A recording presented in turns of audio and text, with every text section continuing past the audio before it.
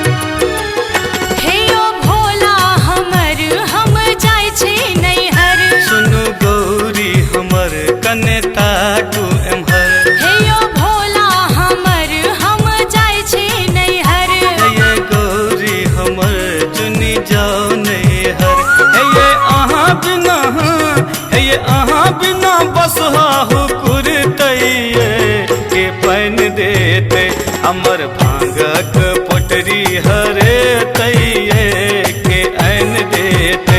हमर भांगक पोटरी हरे तैये के आन देते। हे यो भोला हमर हम जाय छी नैहर। हे ये गौरी हमर जुनी जाओ नैहर। हे ये अहाँ बिना बसहा हुकुर तैये के पान देते। हमर भांगक पोटरी हरे तैये के आन देते। हमर भांगक पोटरी हरे तैये के आन देते।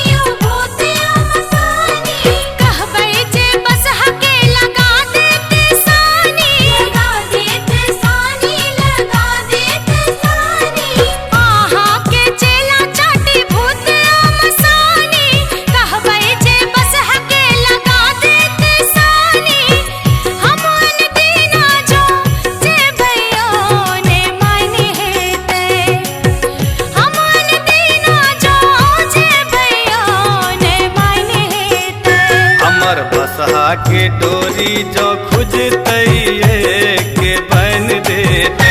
हमर भांगक पोटरी हरे तैये के आन देते।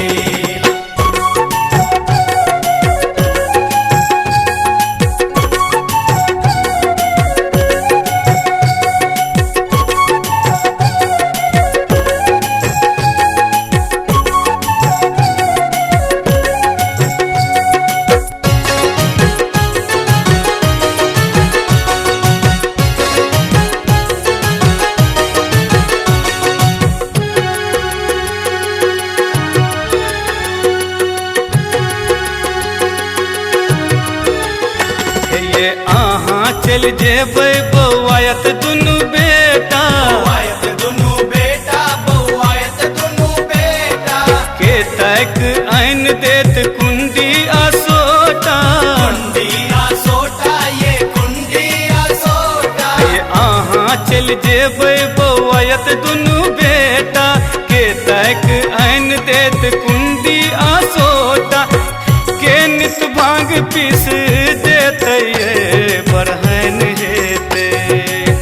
के नित भांग पीस देते बरहन हेते। हमर त्रिशूल आ डमरू हरे तैये के आन देते। हमर भांगक पोटरी हरे तैये के आन देते।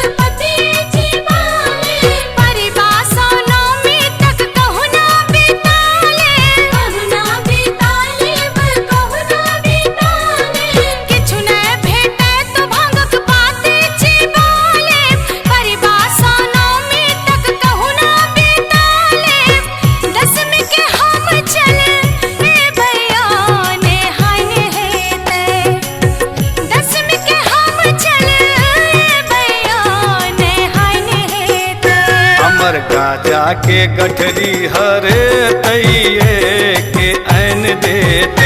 हमर भांगक पुटरी हरे तैये के ऐन देते।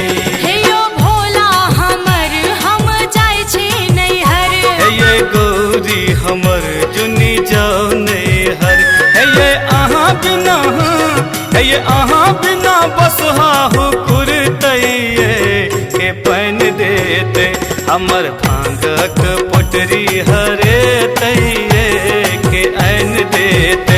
हमर भांगक पुटरी हरे तैये के ऐन देते। हमर भांगक पुटरी हरे तैये के ऐन देते।